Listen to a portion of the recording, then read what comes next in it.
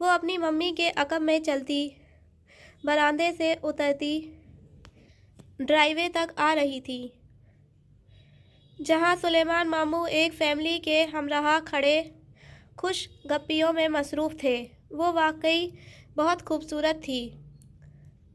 سنہرا لہنگا اور ٹیکا اسے مزید حسین بنا رہا تھا، مگر وہ اسے پھر بھی مرحہ جمیلہ نہیں لگتی تھی۔ سلیمان ماموں اب اس کا تعارف ان لوگوں سے کروا رہے تھے جو ان کے ساتھ کھڑے تھے، صاحب، خاتون اور غالباً ان کا لڑکا۔ اس نے اپنے سیل فون میں دوربین کا لینس نکالا اور ان کو فوکس کیا۔ اب وہ ان کے چہرے دیکھ سکتا تھا۔ وہ تینوں مہمان اسے بہت دلچسپی سے دیکھ رہے تھے، بلاخصوص ان کا بیٹا۔ اس کی نظریں تو بہت ہی، اسے پتہ نہیں کیوں پھر سے غصہ آنے لگا۔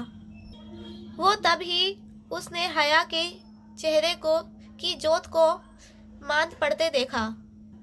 وہ خوش نہیں لگ رہی تھی۔ ذرا سی دیر میں ہی وہ ان کے پاس سے ہٹ آ گئی۔ گیٹ سے باہر آ کر اس نے انگلی کی نوک سے آنکھ کا کنارہ صاف کیا۔ اس نے موبائل کے بٹن کو چند ایک دفعہ دبایا۔ وہ اس کی کوئی تصویر اپنے پاس رکھنا چاہتا تھا۔ وہ ان لوگوں سے مل کر خوش نہیں تھی۔ شاید یہی وہ رشتے والے تھے جن سے آج سلیمان ماموں نے فرقان ماموں سے ملوانا تھا۔ وہ اس پہ خوش اس لیے نہیں تھی کہ یہ رشتہ اس کے لیے انچاہا تھا۔ دل کے کسی کونے میں اسے یک گونا اطمینان سا نصیب ہوا، جیسے تسلی سی ملی ہو، جیسے ڈھارس سی بن گئی ہو۔ اب وہ پہلے جتنا ناخوش نہیں تھا۔ وہ بہت دیر ادھر ہی بیٹھا رہا۔ اسے فنکشن دیکھنے کی آرزو نہ تھی، بس وہ اس کی واپسی کے انتظار میں وہیں موجود تھا۔ وہ اسے ایک بار پھر دیکھنا چاہتا تھا۔ کافی دیر گزری تب وہ اسے واپس آتی دکھائی دی۔ وہ گھر کے اندر جا رہی تھی۔ کیا اسے اس سے ملنا چاہیے یا اس کے ترکی آنے کا انتظار کرے؟ وہ یہی سوچ رہا تھا جب اس کا فون بجا۔ اس نے سیل فون کی اسکرین کو دیکھا، پھر بے اختیار چونکا۔ یہ اس کی ترکی والی سم تھی جو پوسٹ پیڈ تھی اور کبھی اس کے اور کبھی ممی کے زیر استعمال رہتی تھی۔ یہ نمبر ماموں کے پاس تھا اور اس میں ماموں کا نمبر محفوظ بھی تھا، اور اب اس نمبر سے کال آ رہی تھی۔ ماموں کے گھر سے کال؟ وہ لمحے بھر کو گڑبڑا سا گیا، مگر اس نے فون اٹھا لیا۔ چونکہ یہ ترک نمبر تھا اس لیے وہ ایک ہی لمحے میں خود کو ترکی لے گیا۔ ایک پیشہ ورانہ ایجنٹ ہونے کے ناطے اس کو یہ ظاہر نہیں کرنا تھا کہ وہ ترکی سے باہر ہے اور اس کا نمبر رومنگ پہ ہے۔ وہ حیا تھی، ناقابل یقین، اور وہ ممی کا پوچھ رہی تھی۔ وہ ان کی منتظر تھی۔ ممی ٹھیک کہتی تھی۔ ان سب کے باوجود جب وہ بات کرنے لگا تو اس کا لہجہ خشک ہی تھا۔ وہ اتنی جلدی کسی کے ساتھ نرمی سے یا کھل کر بات نہیں کرتا تھا، اور اس کو تو وہ ویسے بھی کوئی امید نہیں دلانا چاہتا تھا۔ پھر بھی جب بات کے اختتام پہ اس نے حیا کی آواز کو بھیگتے ہوئے سنا تو اس کا دل دکھا تھا۔ فون بند کرتے ہی اس نے وہ خط کا لفافہ نکالا جو وہ پھولوں کے ساتھ رکھنے کے لیے لایا تھا۔ ابھی اندر موجود سفید موٹے کاغذ پہ اس نے کچھ نہیں لکھا تھا، اور اب اس کو معلوم تھا کہ اس کو کیا لکھنا ہے۔ اس لڑکی کے نام جو کبھی کسی انچاہے رشتے کے بننے کے خوف سے روتی ہے تو کبھی کسی بن چکے انچاہے رشتے کے ٹوٹنے کے خوف سے۔ یہ آخری بات محض اس کا گمان تھا، مگر کیا پتا وہ صحیح بھی ہو۔ اس نے پی کیپ سر پہ لی اور مفلر گردن کے گرد یوں لپیٹا کہ اگر اب وہ خود کو کورئیر سروس مین کہہ کر گھر کے کسی ملازم کے حوالے وہ پھول کرے تو کل کو دن کی روشنی میں وہ اسے پہچان نہیں پائیں گے۔ پھول اور خط ایک ملازم کے حوالے کر کے وہ واپس چلا آیا۔ وہ صرف حیا کو چونکانا چاہتا تھا اور اسے امید تھی کہ اس کا مقصد پورا ہو چکا ہوگا۔ داور کی بارات کے روز اس کا قطعاً ارادہ نہ تھا کہ وہ آج بھی حیا کے لیے ادھر جائے گا۔ آج ویسے بھی اسے اپنے بہت سے کام تھے۔ سیکنڈ سیکرٹری تک وہ ابھی بھی رسائی حاصل نہیں کر سکا تھا، مگر وہ جانتا تھا کہ یہ کام وقت طلب ہوتے ہیں۔ صبر، انتظار اور خاموشی، یہ تین چیزیں اس نے اپنی جاسوسی مہمات کے دوران سیکھی تھیں۔ آج بھی اس کا کام نہیں ہو سکا تھا اور وہ واپس گھر جا رہا تھا، مگر صرف آخری منٹ میں اس نے یوں ہی سرسری سا سلیمان ماموں کے گھر جائزہ لینے کا سوچا۔ معلوم نہیں وہ بار بار وہاں کیوں جاتا تھا۔ جب وہ ان کی گلی کے دہانے پہ پہنچا تو اس نے زن سے اپنے سامنے سے گزرتی گاڑی میں حیا کو دیکھا۔ وہ بے اختیار چونکا تھا۔ اس گاڑی میں اسے وہی کل والی فیملی نظر آئی تھی اور وہی بے باک نگاہوں والا فضول انسان گاڑی چلا رہا تھا۔ آخر وہ ان کے ساتھ کیوں جا رہی تھی؟ وہ فارغ تھا، اگر نہ ہوتا تب بھی ان کے پیچھے ضرور جاتا۔ جو بھی تھا وہ اس کی بیوی تھی اور وہ اس وقت کچھ ایسے لوگوں کے ساتھ تھی جو اسے پہلی نظر میں ہی اچھے نہیں لگے تھے۔ کل اسے وہ ان سے مل کر ناخوش لگی تھی، مگر آج وہ انہی کے ساتھ تھی۔ وہ کل غلط تھا یا آج؟ وہ یہی دیکھنا چاہتا تھا، اور جب اس نے میرج ہال کے ایک طرف حیا کو گاڑی سے اتر کر دوبارہ فرنٹ سیٹ پہ بیٹھتے دیکھا تو اسے دھچکا سا لگا تھا۔ وہ کیسے یوں کسی کے ساتھ بیٹھ سکتی تھی؟ کیا وہ ہر ایک کے ساتھ بیٹھ جانے والی لڑکی تھی؟ اسے شدید غصہ آیا تھا۔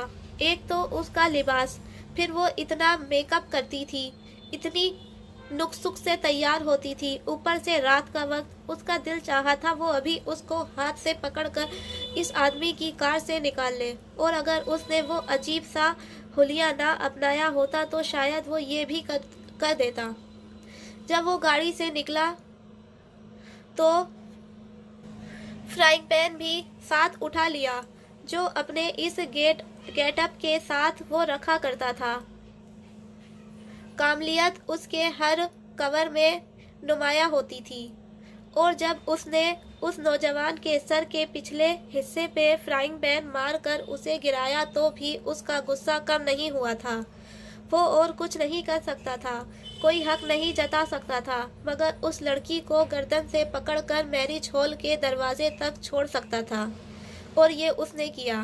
اپنے لباس کا وہ گھٹیا سے رنگ کا دوپٹہ بھی اس پہ اچھال دیا، مگر جب جانے لگا تو بہت سلگتی نگاہوں سے اسے دیکھتے ہوئے اگر وہ بولا تو صرف ایک لفظ جو اس کی زبان پہ آیا تھا، بے حیا۔ ہاں، وہ اسی قابل تھی۔ پچھلی 2 روز میں اگر اس کے دل میں کوئی نرم گوشہ جاگا تھا تو اب وہ ختم ہو چکا تھا، جیسے کوئی دل سے اتر جاتا ہے، جیسے کسی کے بارے میں انسان شک و شبہ میں پڑ جاتا ہے۔ وہ اس وقت ایسا ہی محسوس کر رہا تھا۔ اب وہ اس سے نہیں ملنا چاہتا تھا، اور اگر وہ اسے استنبول آنے سے روک سکا تو ضرور روکے گا، لیکن وہ ان کے گھر نہیں جائے گا۔ اس کا فیصلہ آسان ہو گیا تھا۔ ہر مشرقی مرد کی طرح اس کی بھی خواہش تھی کہ اس کی بیوی ہر کسی کی گاڑی میں بیٹھ جانے والی نہ ہو، اور آج جو اس نے دیکھا اس سے نہ صرف وہ بدظن ہوا تھا بلکہ وہ اس لڑکی کے بارے میں شدید شک و شبے میں پڑ گیا تھا۔ یہ بھی تو ممکن تھا کہ وہ اس لڑکے کو پسند کرتی ہو۔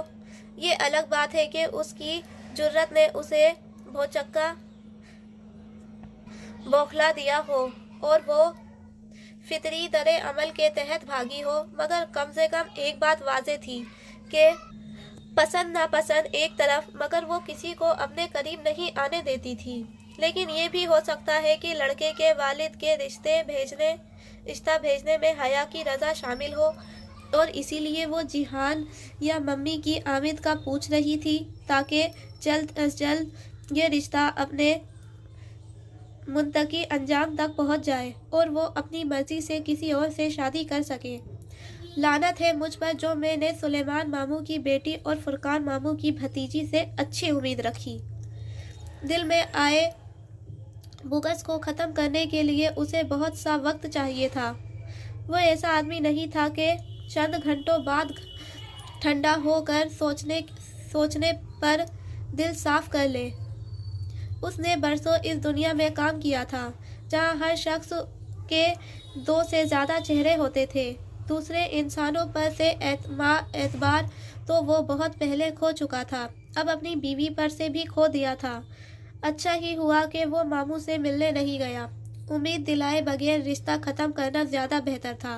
بس چند دن وہ لڑکی پہ نظر رکھے گا، آخر اسے ممی کو رشتہ توڑنے کے لیے ٹھوس وجہ بھی تو دینی تھی۔ ایک دفعہ پھر وہ اپنی سوچ میں حیا سے اس لڑکی تک آ گیا تھا۔